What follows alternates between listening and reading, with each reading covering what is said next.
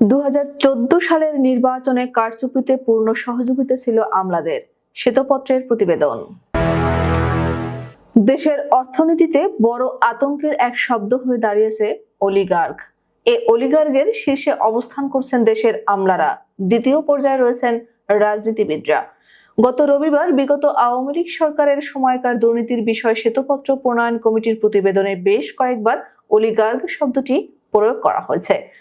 অর্থনীতিতে গত 15 বছরে মাফিয়া তন্ত্রের রাজ বোঝাতে এই কমিটি অলিগার্ক শব্দটি ব্যবহার করে বোঝাতে চেয়েছে দেশের অর্থনীতি এদের কবলে পড়ে এখন কঙ্কালসার, আর অলিগার্ক আমলাদের দুর্নীতির উৎস ছিল প্রধানমন্ত্রীর কার্যালয়। উপকারের প্রতিদান হিসেবে 2014 সালের নির্বাচনে কারচুপির পূর্ণ সহযোগিতা করেন আমলারা। বাংলাদেশ নিয়ে মিথ ছিল শিগগিরই মধ্যম আয়ের ফাঁদে পড়তে যাচ্ছে দেশটি।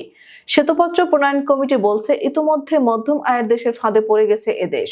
বাংলাদেশের খাতগুলোতে দুর্নীতি অনিয়মের শীর্ষে রয়েছে ব্যাংক খাত, দ্বিতীয়ত অবকাঠামো খাত, তৃতীয়ত জ্বালানি ও চতুর্থ খাত হিসেবে রয়েছে আইসিটি।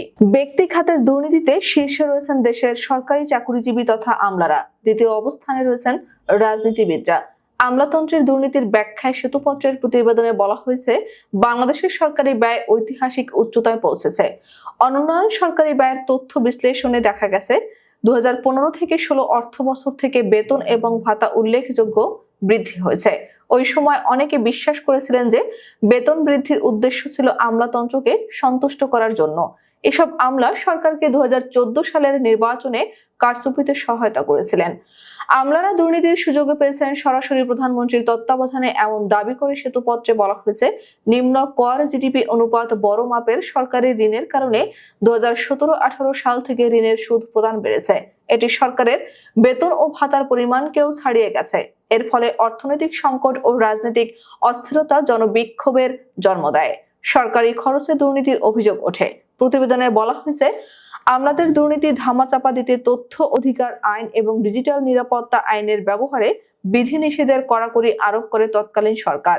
এসব আইনে 2018 থেকে 2023 সাল পর্যন্ত সময় 7,000-এর বেশি মামলা হয়েছে। এটি করা হয়েছে সরকারের স্বচ্ছতা সীমিত করতে। এই জন্য প্রধানমন্ত্রীর অফিসকে দায়ী করে বলা হয় এই পদক্ষেপগুলো নির্বাহী বিভাগের মধ্যে ক্ষমতা কেন্দ্রীভূত করে, জবাবদিহি হ্রাস করে এবং দুর্নীতিকে সক্ষম করে। এতে কমিটির প্রধান ও গবেষণা প্রতিষ্ঠান সেন্টার ফর পলিসি ডায়ালগের সম্মানীয় ফেলো দেবপ্রিয় ভট্টাচার্য বক্তব্য রাখেন। কমিটির অন্য সদস্যরাও সংবাদ সম্মেলনে কথা বলেন। সংবাদ সম্মেলনে দেবপ্রিয় বলেন, বিগত আওয়ামী লীগ সরকারের আমলে দেশকে চামচা পুঁজিবাদ থেকে চোরতন্ত্রে পরিণত করা হয়েছে।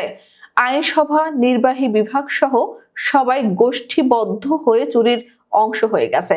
এটাই চোরতন্ত্র। এজন্য রাজনৈতিক, ব্যবসায়ী এবং উর্দি পড়া কিংবা উর্দি ছাড়া আমলারা সহযোগী হলেন। এ চোরতন্ত্রের উৎস 2018 সালের নির্বাচন।